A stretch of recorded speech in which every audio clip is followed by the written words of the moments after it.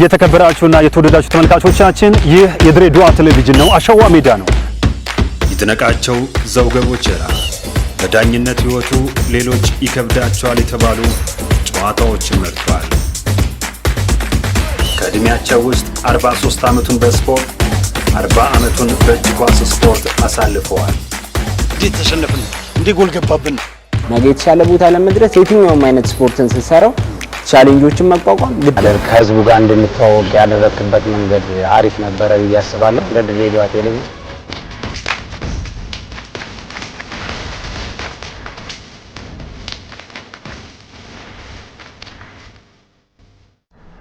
ሰላም ጤና ይስጥልን። የተከበራችሁና የተወደዳችሁ ተመልካቾቻችን በያላችሁበት የተከበረው ሰላምታችን ይድረሳችሁ። ሰላም ከእናንተ ጋር ይሁን።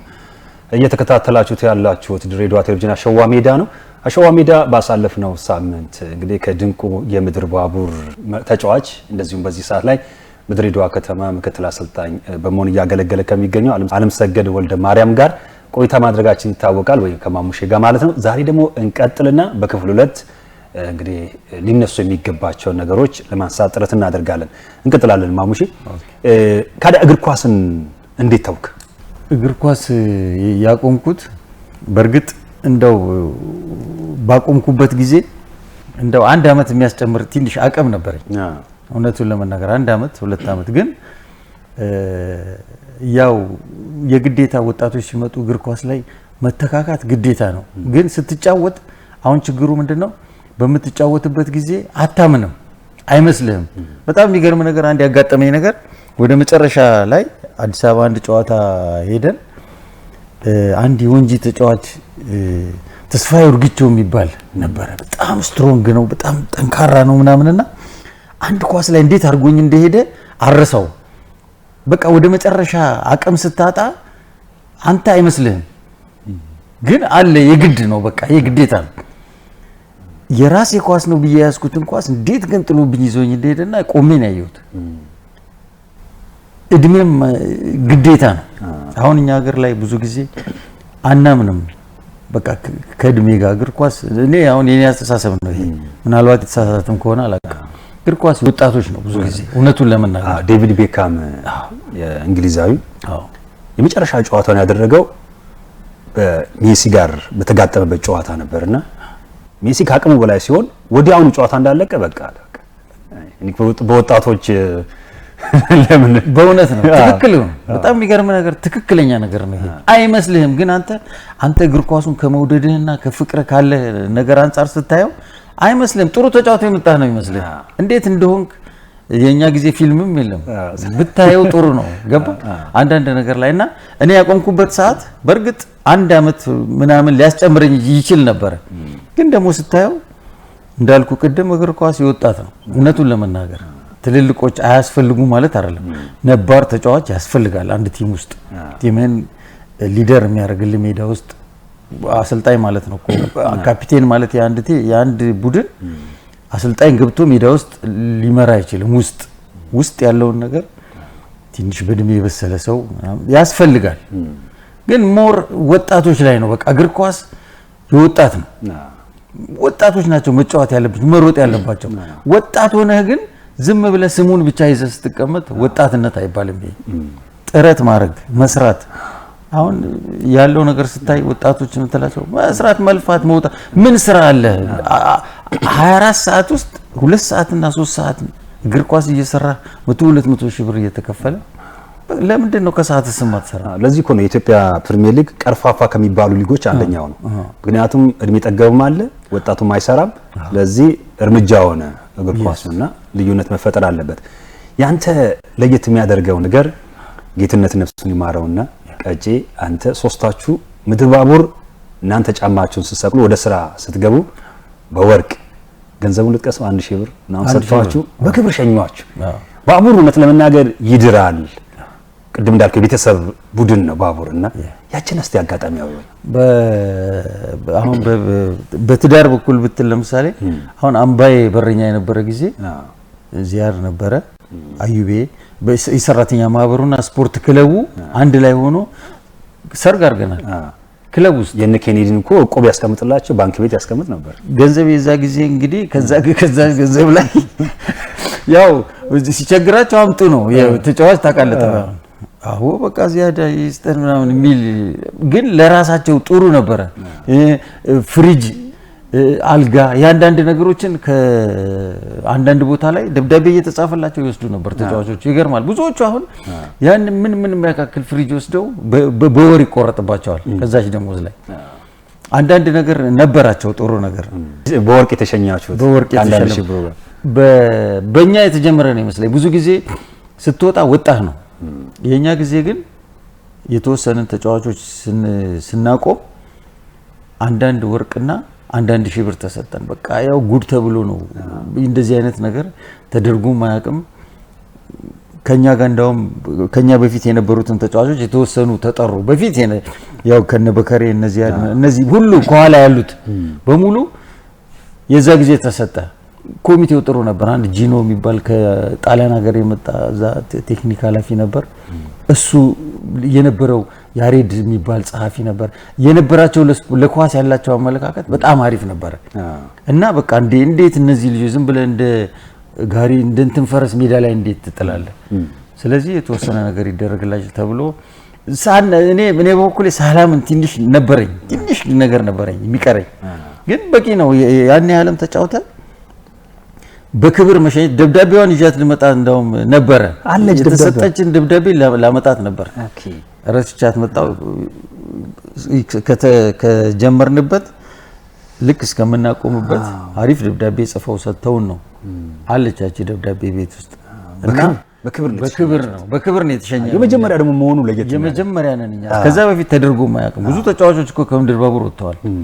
ብዙ ምን አይነት ተጫዋቾች አልተደረገም። ግን የኛ ጊዜ ነው የተጀመረው። የነበሩት ሰዎች ለስፖርቱ ያላቸው ነገር አሪፍ ነበር ስለነበረ ነው። ከዛ ሙሉ ለሙሉ ወደ ስራ ገባ። ወደ ስራ በቃ ሁሉ ነገር ግፍ አድርጌ ወደ ኤሌክትሪክ ክፍል ነበር የምሰራው። ወደ ኤሌክትሪክ ክፍል ከዛ በኋላ ምድር ባቡርም እየደከመ ምናምን በቃ ከስፖርቱ ውስጥ በጣም ለረጅም ጊዜ ወጣው። ግን ባንዱ እኮ ማሙሽ ቡድን መሪ ሆንክ አይደለ? በዚያድ እነዚያድ በያዙ ጊዜ ነው ቡድን መሪ ሆንኩት እና ከተወሰነ ጊዜ በኋላ ነው። ከዛ በኋላ ፕሮጀክት ወደ ማሰልጠን ለመግባት ሞከርኩ።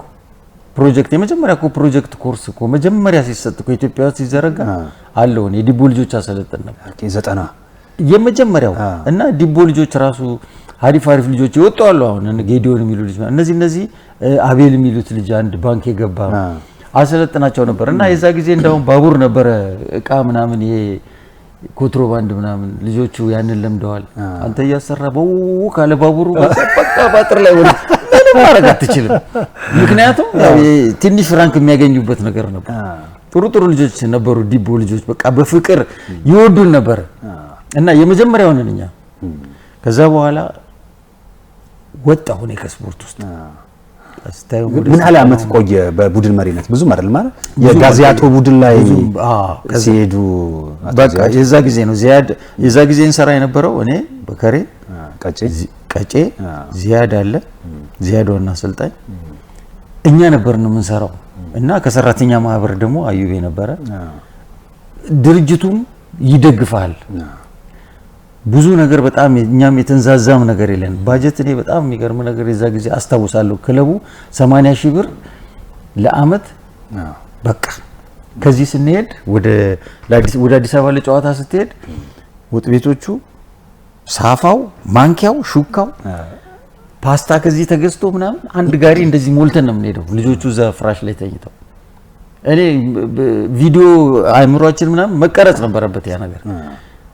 አዲስ አበባ ሄደን ሻምበር የሚባል አለ የተጫዋቾች ማረፊያ፣ እዛ ውስጥ ነው የምናርፈው። የምንበላው ሳር ላይ ነው እንደዚህ መሬት እና መድን ፎቅ እዛ ስር ነበረ ያሳይ ነበር አሉ ስራ አስኪያጁ ለተመልካቹ ይሄው የሚበሉትን ይል ነበር። ሜዳ ላይ ሳር ላይ ነው እንደዚህ የምንበላው። ቴስቲ ነው ምግቡ ራሱ አሪፍ ነው።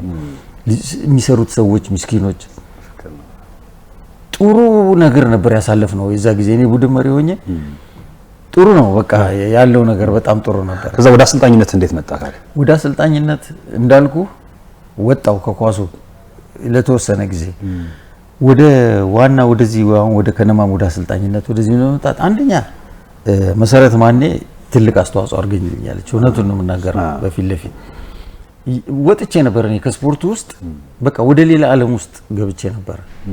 እሷ ነች ይሄንን መሲ ድሬ አካዳሚ ስታቋቁም ሰው እንግዲህ ከዚህ ሀገር ፈልጋ እኔ ከመሰረት እኮ ብዙም ግንኙነትም የለኝም ብዙም አላቃትም የዛ ጊዜ ከዛ ውስጥ ከጉርጓድ ውስጥ አውጥታ ያመጣችኝ መሰረት ነች። ከዛ እዛ ውስጥ ገባው ከህፃናቶቹ ጋር ከምናምን ጋር አብረን ይሄ መሲ አካዳሚ ሲቋቋም ጀምሮ ነበርኩ እኔ ከሷ ጋር ጠራችኝ ከቤቴ ነው በቃ። ከዛ ስል ፕሮጀክት እና ሰለጥ እንዳልኩ ያኔ ፕሮጀክት ነበር። ከዛ በኋላም እንዳቆምኩ ቡድን መሪም ሆኜ ሲጨርስ ቢዎቹ እንትን ባቡር ወርዶ 1 አመት እስከሚፈርስ ድረስ እኔ ነበርኩ ማሰለጠነው ባቡር ቲሙን ራሱ። አንተና ነጋሽ? አዎ ነጋሽ ነበረ፣ ነገደ ቡድን መሪ ነበረ። 1 አመት ምናምን ያው እውቀቱም ብዙ የማሰልጠን የለንም። አንደኛ ደረጃ ኮርስ ነው የወሰድኩት የዛ ጊዜ ብዙም እውቀቱም እንትን ሳይኖር እንኳን አሰልጥን ነበረ። ስለዚህ አንተና ነጋሽ የባቡር የመጨረሻው አሰልጣኝ ናችሁ? አዎ እኛ ነን በቃ ባቡር እስከሚፈርስ ድረስ ቲሙ ድርጅቱ እስከሚያፈርሰው እኛ ነበርን መጨረሻ ላይ የነበርነው። ነገደ ቡድን መሪያችን ነበር አስታውሳለሁ። እና በእንደዛ ነው የቀጠል ነው። ከዛ በኋላ ከሷ ጋር እየሰራው ጤና ቡድኖች ያዝኩኝ ታይዋን ጤና ቡድን የሚባሉ አሁን በቃ እንደገና በቃ ደሞ ወደ ጭንቅላቴ መጣ ይሄ ገባው። ከዛ ስል በምን ምክንያት እንዴት ሆኜ ማን እንደጠራኝም አላውቅም። ለምሳሌ ወደ ሴቶቹ ጋር ስጠራኝ ድሬዳዋ ከተማ ሴቶቹ ጋር ከዛ ሴቶቹ ጋር ምክትል አሰልጣኝ ሆንኩ። ግርማ ነበረ ዋና አሰልጣኝና ቲሙ ሊወርድ ነው ምናምንና ያው ስሰራም እዛ ስለሚያዩኝ ምናምን ነው መሰለኝ ግርማን አግዘውና ይሄ ቲም ሴቶቹ ሊወርዱ ነው የቀሩት ጨዋታዎች ይሄን ያላችሁ ተጋግዛችሁ ተረባርባችሁ ይሄን ቲም እንዳይወርድ አጥፍ እሺ ገባው። በቃ የዛ ጊዜ ነው የገባሁት። ከዛ እያልን ቀጠል አልወረድንም። ቀጠል 1-3 አመት 4 አመት እዛም ሴቶቹ ጋር ሰራው በምክትልነት። ከዛ በኋላም ያው ስራ ነው እኔ ያለኝ ነገር መስራት ነው። መጀመሪያ ደረጃ ስራህን ማክበር ነው። ከሁሉም ነገር በፊት ማስቀደም ያለብህ ስራህን ነው የምታከብረው። ሰዎችን አክብረህ ትይዛለህ፣ ግን ስራ ነው ስራና ስራ ላይ ብቻ ነው ማተኮረው። ከዛም ወደ ዋናው ቲም ደብዳቤ ሰጡኝ።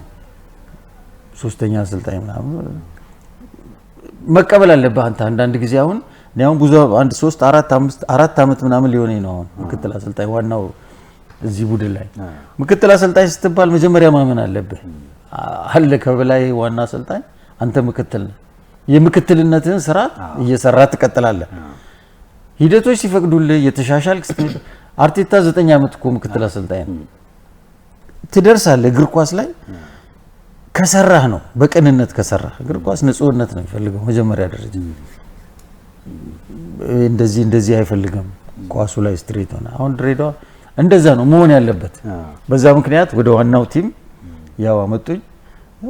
እየሰራው ነው ያለሁት እዚህ ብዙ አሰልጣኞች አይቻለሁ። የተወሰኑ ጥሩ ነው እና ጊዜ ይመጣል ለሁሉም ነገር እንትን ነው ማሙሼ።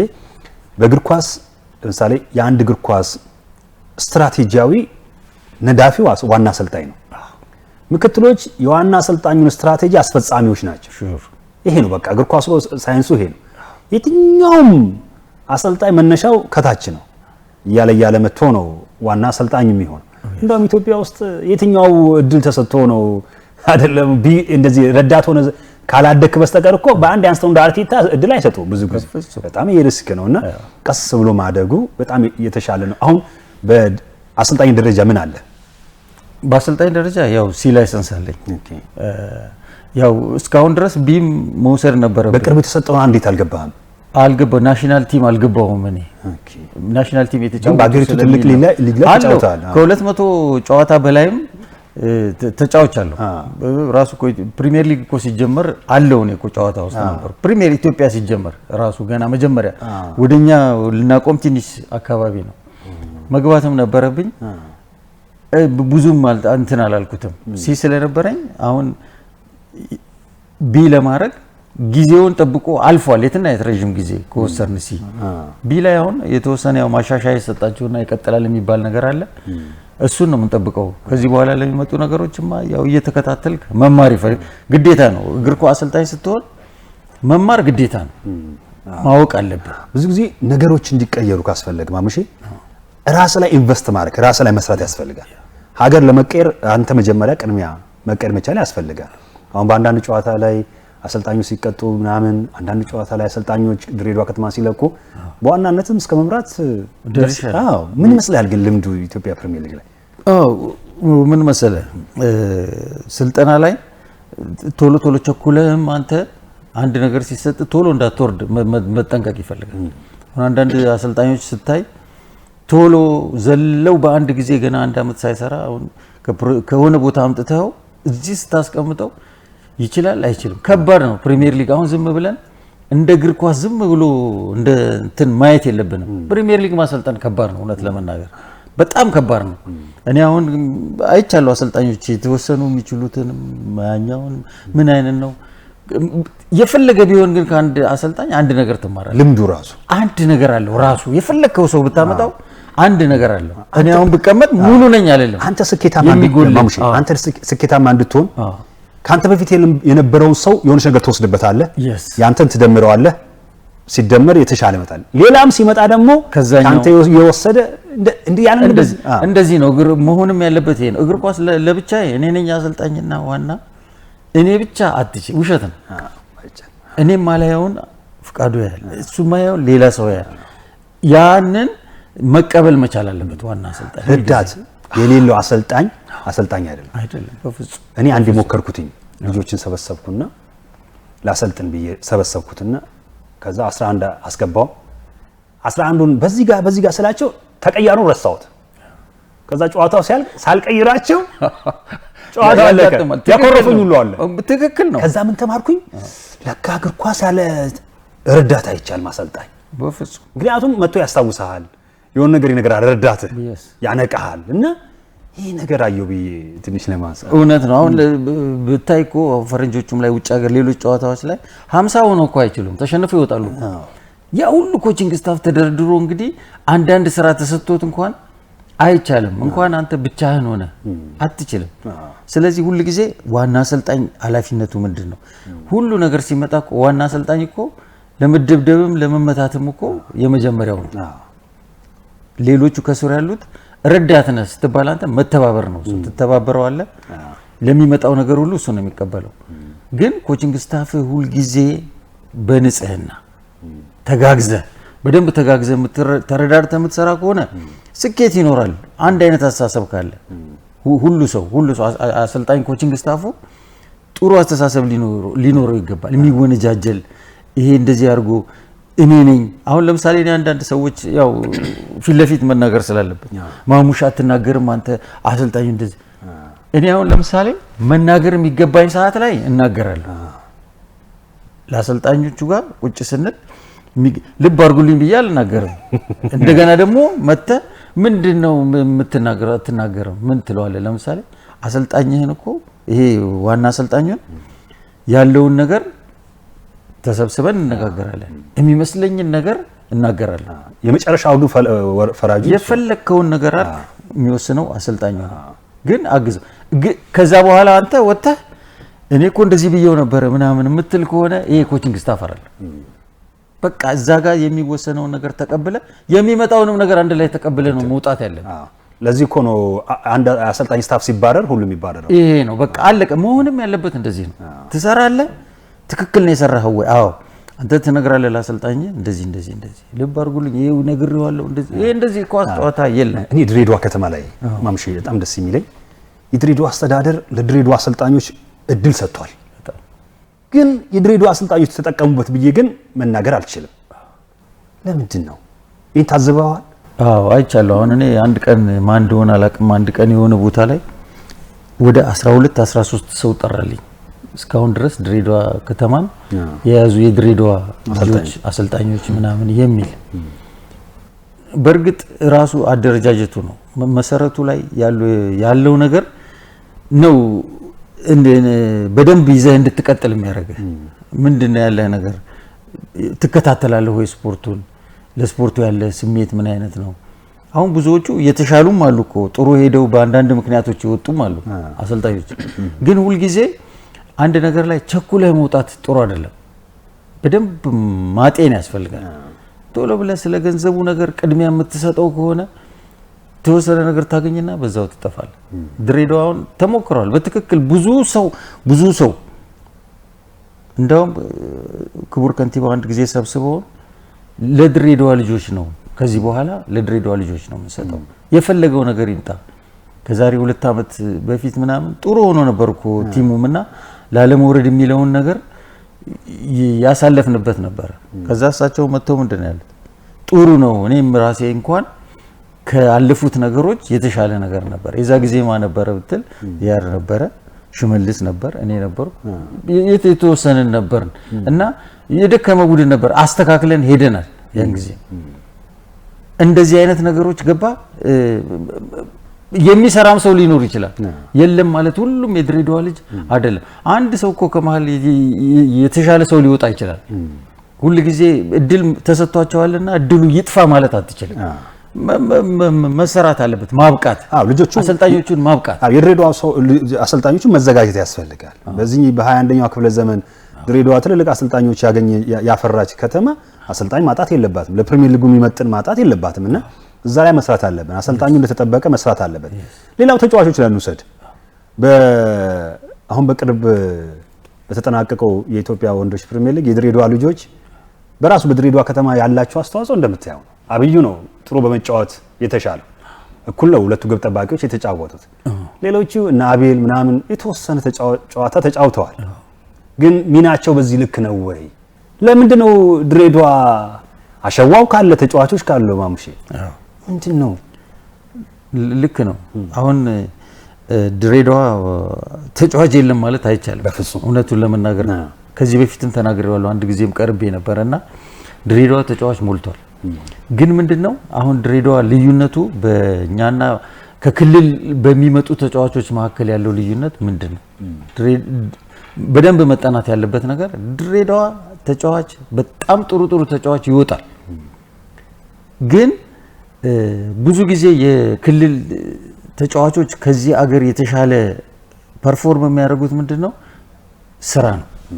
አሰልጣኝ የሚሰጠውን ትሬኒንግ ይሰራሉ፣ ተጨማሪ ነገር ይሰራሉ። አሰልጣኝ የሚሰራው ተጨማሪ ነገር ይሰራሉ። ብዙ አሁን እንዳየዋቸው በዚህ አመት ብዙዎቹ ልጆች እየወጡ ጂም ይገባሉ። ቅድም ያልከው ነገር አለ፣ ተጫዋች ራሱ ላይ ኢንቨስት ማድረግ አለበት የሚለውን ነገር ሄደው ጂም ከፍለው አመጋገባቸውን። አሁን የድሬዳዋ ልጆች ከማየው ነገር ነው ነገር አንዳንድ ልጆች ይሄንን ነገር እየተገበሩ ነው፣ እየወጡ መስራት ጀምረዋል። ከበፊቱ ከነበረው ነገር በጣም የተሻለ ነገር ነው ያለው። አሁን ልጆቹ ላይ ይሰራሉ፣ ወጥተው አሁን ጂም መግባት ጀምረዋል። በግል ወጥተው ሌሊት ይሰራሉ። በዛው ልክ የማይሰራም አለ። ምን ነገር ሁሉም ይሰራሉ አይደለም፣ ሰርቶም ማያውቅም አለ ሁሉ ጊዜ። ግን እዚህ ሀገር አሁን አዳማኔ አሁን አዋሳ አይቻለሁ። እነዚህ ወጣቶቹ ጋር ትሬኒንግ ሲሰሩ ምናምን እየሄድኩ ያለው ትልቁ ስራ እታች ነው። ታች መሰረት ስታሲዝ የላይኛው እየተስተካከለልህ ነገ ጥሩ ተጫዋች እያገኘ ትመጣለህ። እታች ያሉት ልጆች የት ይሄዱ? አሁን እሺ ድሬዳዋ ከተማ ወረደ እንበል፣ የለም የት ነው የሚሄዱት ልጆቹ? ፖሊስ እንደዚህ ሆነ እንደምታየው፣ ናሽናል ሲሚንት እንደዚህ ሆነ። አንዳንድ ጊዜ እዚህ ክልል ውስጥ ትልልቅ እነዚህ ፋብሪካዎች አንዳንዶችን ማስገደድም ያስፈልጋል። በቃ ቲም እንዲይዙልህ በትንሽ ገንዘብ በአንድ ጊዜ እንደዚህኛው ቲም እኮ አይደል። አሁን ያው ድሬዳዋ ያለውን ነገር ተመልከት። እግር ኳስ ፌዴሬሽኑ ጥሩ ነገር እንቅስቃሴው በጣም ነው የሚያስደስተው። የለም ነበር ድሬዳዋ ጠፍቷል እግር ኳስ። ማን ነው ስቴዲየም መጥቶ የሚያውቀው? ሜዳ ላይ ማን ነው ያለው? አሁን እንቅስቃሴው ተጀምሯል። ግን አሁንም ልጆች መውጣት አለባቸው ከዚህ ውስጥ። ትልቁ ስራ መሆን ያለበት እንዴት ኤሊቶች እናገኛለን፣ እንዴት እናውጣ ልጆች ነው። ከዛ በኋላስ ከነዚህ ልጆች ውስጥ መርጠህ አሁን ይሄ ሁሉ ውድድር ተደርጓል በጣም በደመቀ ሁኔታ ድሬዳዋ ጉድ በሚያሰኝ ሁኔታ። አሁን ከነዚህ ውስጥ ምንድነው ትልቁ ስራው ምንድነው? ልጆች ትመርጥና ጥሩ አሰልጣኝ አድርገህ ለተወሰነ አመት አንድ ሁለት አመት የ2017 የድሬዳዋ ከፍተኛ ዲቪዚዮን ኮከብም ተጫዋች ኮከብ ግብ አግቢ የሚሆኑት ከሌላ ቦታ የመጡ ናቸው። ይሄ ትልቅ ጥያቄ ምልክት በጣም አደጋ ላይ እንዳለን የሚያሳይ ነው። በሜዳ እንደዚህ መሆን የለበትም እና የድሬዳዋ ልጆች መነሳት ነው ያለባቸው። አሁንም አረፈደም ጊዜው። ዛሬ እንቅስቃሴው በጣም ጥሩ ነው። እግር ኳሱ ላይ ያለውን ነገር ያዩታል ወጣቶች። ስለዚህ ምንድነው ማድረግ ያለባቸው? መስራት ነው፣ ማውራት አይደለም። ስታወራ ለሶስት እንደዚህ ለግሩፕ እንደዚህ ይሄ አይሰራም። እግር ኳስ ላይ እግር ኳስ የግልህ ነው። የግልህን ጥረት ይፈልጋል። አንተ አንድ ሰው ላይ ዲፔንድ ሆነ አሪፉ ተጫዋች ላይ ተጣብቀህ ያስጥለኛል ብለህ መጠበቅ የለብህም። ሜዳ ውስጥ ስትገባ አንተ ነህ፣ አያግዝህም እሱ። ያንተ ልፋት ነው። ስለዚህ አሁን መረዳት አለባቸው ወጣቶቻችን። እውነት ነው ማሙሼ። የቤተሰብ ጉዳይ እናውራ። 3 ልጆች አሉ። አንዱ ወንዱ ጎበዝ ተማሪ እንደሆነ ሰምቻለሁ። እስቲ ቤተሰብን ደግሞ አውራኝ። አዎ እንግዲህ የግዴታ ያው ሰው ሲኖር ወደ ትዳር ለመግባቱ አይቀርም። እኔ ያገባሁት የገንደ ቆሬ ልጅ ነች። አለም ዘውድ ታምራት ትባላለች። እዚህ ነው 3 ልጆች የወለድኩት። ሴቶቹ መንታ ናቸው 2። ኦኬ ወንድዬ የመጀመሪያ ልጅ ነው። ኢዩኤል አለም ሰገድ ይባላል። ኢየሩስና ቤተልሔም ነው ስማቸው። እና እንዳልከውም ጥሩ ነው። ሰምተሃል። ጥሩ ነገር ጎበዝ ልጅ ነው። ጎበዝ ተማሪ ነው። በጣም እንዳውም በጣም የሚገርመኝ ነገር አንድ አመት 7ኛ ክፍል ላይ ያለ ከድሬዳዋ አንደኛ ማቴማቲክስ ዩኒቨርሲቲው የሰጠው ዲፕሎማ ቤት ውስጥ አለ አዋርድ ብሎ የሸለመው። ከድሬዳዋ ካሉ ተማሪዎች 7ኛ ክፍል ላይ በማቴማቲክስ አንደኛ በመሆነ አዋርድ ብለው ሰጥተውታል። ጎበዝ ተማሪ ነው። ያው ብዙውን እንኳን እኔ ነኝ ማስጠናው። የዘንድሮ ትምህርት እኔም አላውቀውም። በጣም ከባድ ነው። ያው ልጁ በራሱ ጥረት ነው። ጥሩ ነው። በቃ ቤተሰብ አፍርተናል። 3 ልጆች ወልጃለሁ። ስፖርት ላይ ምናምን አሉ። ኢዩኤል እንትን አይደለም ብዙም ወደ እግር ኳሱ ወደ ትምህርቱ ነው አቅጣጫው። ግን ተጫዋት ብዬ ከልጅነቱ ጀምሮ ይችላል። ኳስ ጎበዝ ነው።